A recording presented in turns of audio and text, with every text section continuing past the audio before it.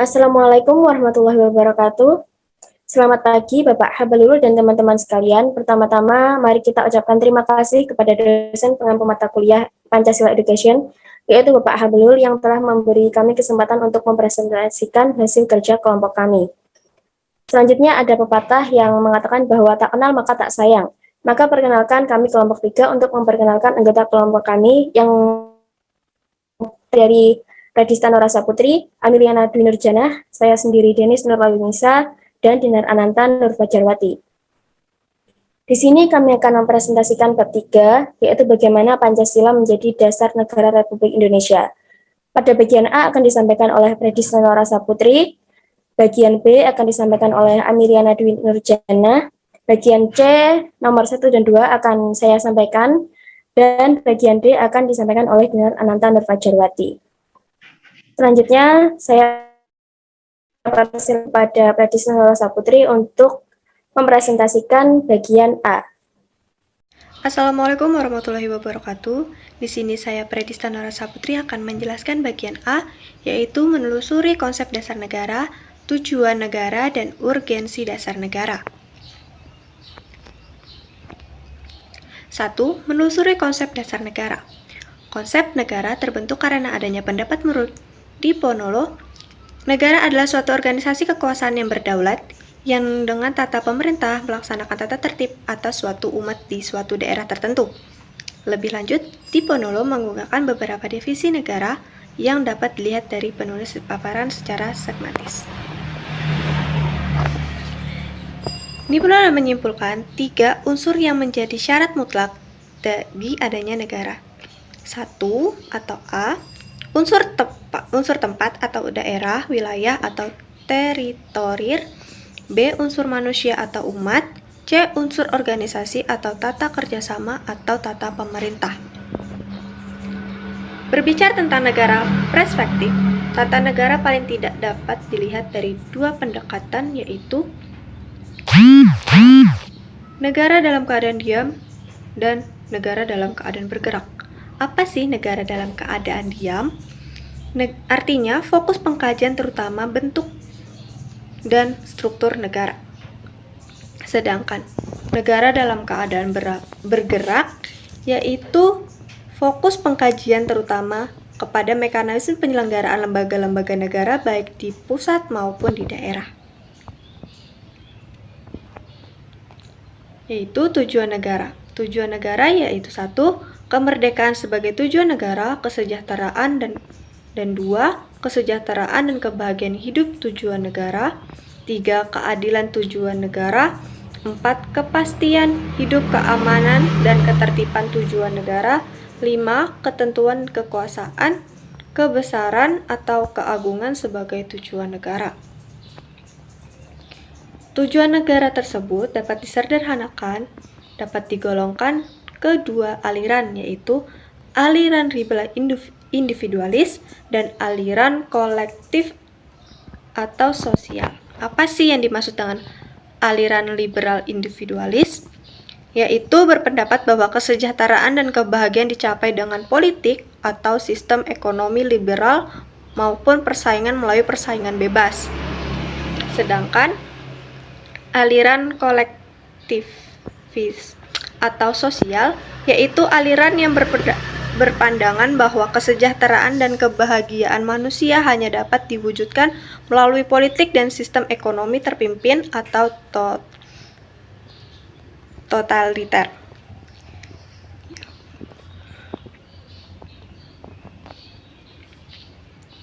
Tujuan negara di Republik Indonesia dapat disederhanakan menjadi 2, yaitu mewujudkan kesejahteraan umum dan menjamin keamanan seluruh dan bangsa dan negara. Maksudnya kesejahteraan umum apanya? Yaitu adalah mewujudkan semua masalah yang ada di Indonesia, seperti mulai dari kemiskinan, pendidikan, seperti itu. Dan menjamin keamanan seluruh warga itu menjamin keamanan adanya perang. Kita dapat dilihat dari tentara, kita punya tentara dan lain sebagainya. Polisi, seperti itu. Urgensi, dan yang ketiga, urgensi dasar negara. Secara etimologis, istilah dasar negara makanya identik dengan istilah Grundhong atau dasar negara, Staatsrecht atau cita hukum, Staatsrecht atau cita negara, di Sulawesi Grundrecht dasar negara, filsafat negara. Banyaknya istilah dasar negara dalam kosakata bahasa asing menunjukkan bahwa dasar negara bersifat universal dalam arti setiap negara memiliki dasar negara. Secara terminologis atau secara istilah, dasar negara dapat diartikan sebagai landasan atau sumber dalam bentuk dan menyelenggarakan negara. Dasar negara juga dapat diartikan sebagai sumber dari segala sumber hukum negara secara teoretik. Secara dasar negara mengacu kepada pendapat Hansel disebut Basic Norm on Government. Sekian presentasi dari saya, akan disampaikan oleh teman saya. Terima kasih. Baik, terima kasih buat Pradista Nura Saputri. Di sini saya akan menjelaskan bagian B tentang alasan diperlukannya kajian Pancasila sebagai dasar negara. Pancasila sebagai dasar negara memiliki kedudukan yang sangat mendasar bagi bangsa Indonesia. Pancasila berasal dari bahasa Sanskerta, yaitu panca dan sila, yang memiliki arti panca memiliki arti 5 dan sila memiliki arti dasar. Nah, jadi apa sih alasannya diperlukannya kajian Pancasila sebagai dasar negara? Jadi, Pancasila dijadikan sebagai dasar negara Indonesia itu karena sesuai dengan jiwa bangsa Indonesia sendiri. Demikian menurut Teguh Prasetyo dan Ari Purnomo Sidi dalam membangun hukum berdasarkan Pancasila, seperti dikutip dari buku Memahami Pancasila karya Faiz Yonas Boa dan Sri Handayani RW. Makna Pancasila sebagai dasar negara. Yang pertama, sebagai dasar menata negara yang merdeka dan berdaulat. Yang kedua, sebagai dasar mengatur penyelenggaraan aparatur negara yang bersih dan berwibawa. Yang ketiga, sebagai dasar, arah, dan petunjuk aktivitas peri kehidupan bangsa Indonesia dalam kehidupan sehari-hari. Nah, adapun juga 5 fungsi Pancasila sebagai dasar negara. Yang pertama, sumber segala sumber hukum atau sumber tertib hukum di Indonesia, sehingga Pancasila adalah asas kerohanian tertib hukum di Indonesia. Yang kedua, suasana kebatinan dari Undang-Undang Dasar. Yang ketiga, cita-cita hukum bagi hukum dasar negara. Yang keempat, norma-norma yang mengharuskan UUD mengandung isi yang mewajibkan pemerintah maupun penyelenggara negara lain memegang teguh cita-cita rakyat yang luhur. Dan yang kelima, sumber semangat bagi UUD 1945.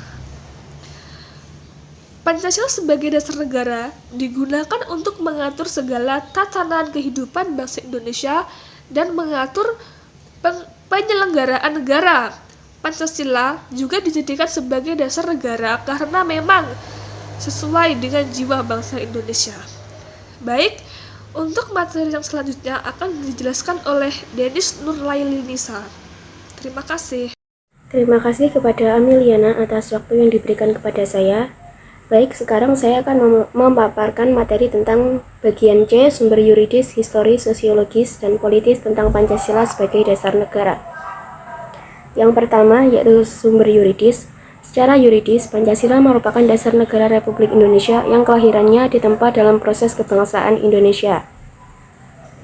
Seperti yang terdapat dalam pembukaan Undang-Undang Dasar Negara Republik Indonesia tahun 1945, peneguhan Pancasila sebagai dasar negara sebagaimana terdapat pada pembukaan juga dimuat dalam Ketetapan MPR nomor 18 MPR 1998 tentang pencabutan Ketetapan MPR nomor 2 MPR 1978 tentang pedoman penghayatan dan pengamalan Pancasila dan Ketetapan tentang penegasan Pancasila sebagai dasar negara.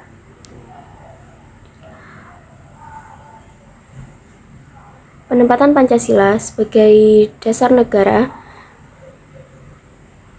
Penempatan Pancasila sebagai sumber dari segala sumber hukum negara, yaitu sesuai dengan pembukaan Undang-Undang Dasar Negara Republik Indonesia tahun 1945, bahwa Pancasila ditempatkan sebagai dasar dan ideologi serta sekaligus sebagai dasar filosofis bangsa dan negara, sehingga setiap materi muatan peraturan perundang-undangan tidak boleh bertentangan dengan nilai-nilai yang terkandung dalam Pancasila.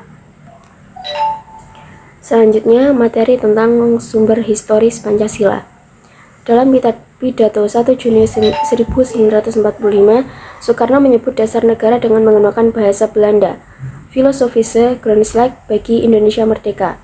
Filosofische Grondslag itulah fundamen, filsafat, pikiran yang sedalam-dalamnya, jiwa, hasrat yang sedalam-dalamnya untuk di atasnya didirikan gedung Indonesia Merdeka.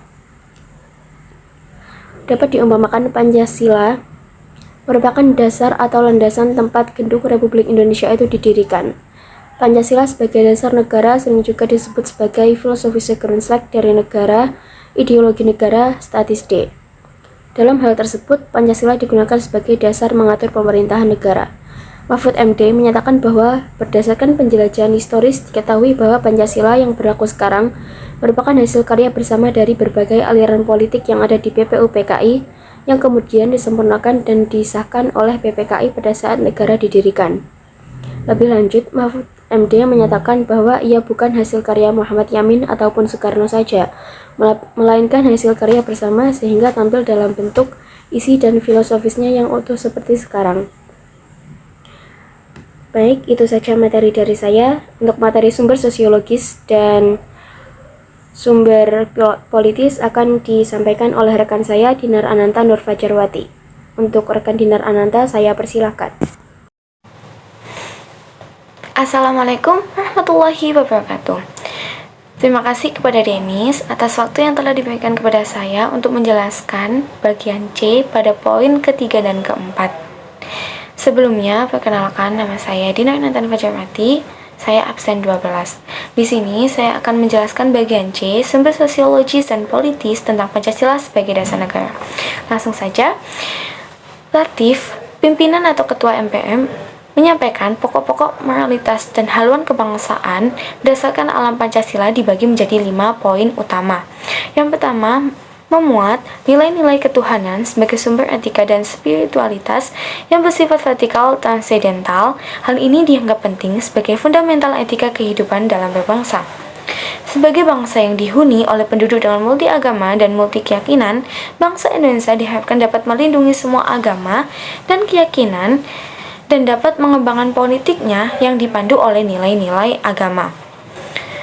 Selanjutnya, poin kedua, memuat nilai-nilai kemanusiaan universal yang bersumber dari hukum Tuhan, hukum alam, dan sifat-sifat sosial bersifat horizontal.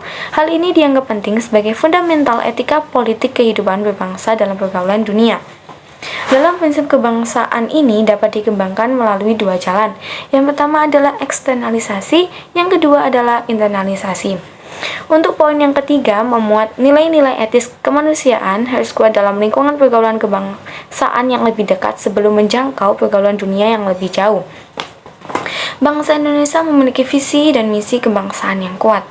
Bukan saja dapat mempertemukan kemajemukan masyarakat dalam komunitas politik yang sama, melainkan juga mampu mempertemukan komunitas politik yang bermacam-macam tetapi tidak meninggalkan adat dan tradisi masing-masing komunitasnya. Selanjutnya, poin keempat memuat nilai ketuhanan, nilai kemanusiaan, nilai dan cita-cita kebangsaan itu dalam aktualisasinya harus menjunjung tinggi kedaulatan rakyat yang dipimpin oleh hikmat kebijaksanaan. Untuk mencapai keputusan yang mufakat tidak didikte oleh golongan yang memiliki kekuasaan tinggi saja seperti kaum elit politik dan pengusaha serta dan lain-lain, tetapi dipimpin oleh hikmat atau kebijaksanaan yang memuliakan setiap masyarakat tanpa pandang bulu dan juga tingkat. Untuk poin yang kelima, memuat nilai ketuhanan, nilai kemanusiaan, nilai dan cita kebangsaan serta demokrasi pemusyawaratan itu memperoleh arti sejauh dalam mewujudkan keadilan sosial. Dalam visi keadilan sosial Pancasila yang dikehendaki adalah keseimbangan bagaimana manusia sebagai makhluk individu dan bagaimana manusia sebagai makhluk sosial yang juga terpenuhi hak sipil, hak politik, hak ekonomi, hak sosial, dan hak budayanya. Baik, itu tadi penjelasan tentang poin ketiga, yaitu sumber sosiologis. Selanjutnya kita lanjut pada poin keempat, sumber politis. Pasal 1 ayat 2 UUD 1945 terkandung makna bahwa Pancasila menjelma menjadi asas dalam sistem demokrasi konstitusional. Dengan demikian, masyarakat berfungsi menyampaikan masukan kepada pemerintah dalam sistem politik. Begitupun sebaliknya, pemerintah akan menghasilkan output politik dalam bentuk kebijakan yang memihak pada kepentingan masyarakat. Dengan demikian akan terwujud clean government and good governance, demi terwujudnya masyarakat yang adil dan jaya. Baik, itu tadi yang dapat saya sampaikan. Jika ada salah dan ucap, saya mohon maaf yang sedalam-dalamnya. Ayu Ting Ting is eating. Thank you for everything. Saya kembalikan kepada moderator. Assalamualaikum warahmatullahi wabarakatuh. Baik, itu tadi presentasi dari kelompok kami. Mohon maaf bila ada dalam penyampaian maupun materi. Semoga di pertemuan selanjutnya kami bisa lebih baik. Terima kasih. Wassalamualaikum warahmatullahi wabarakatuh.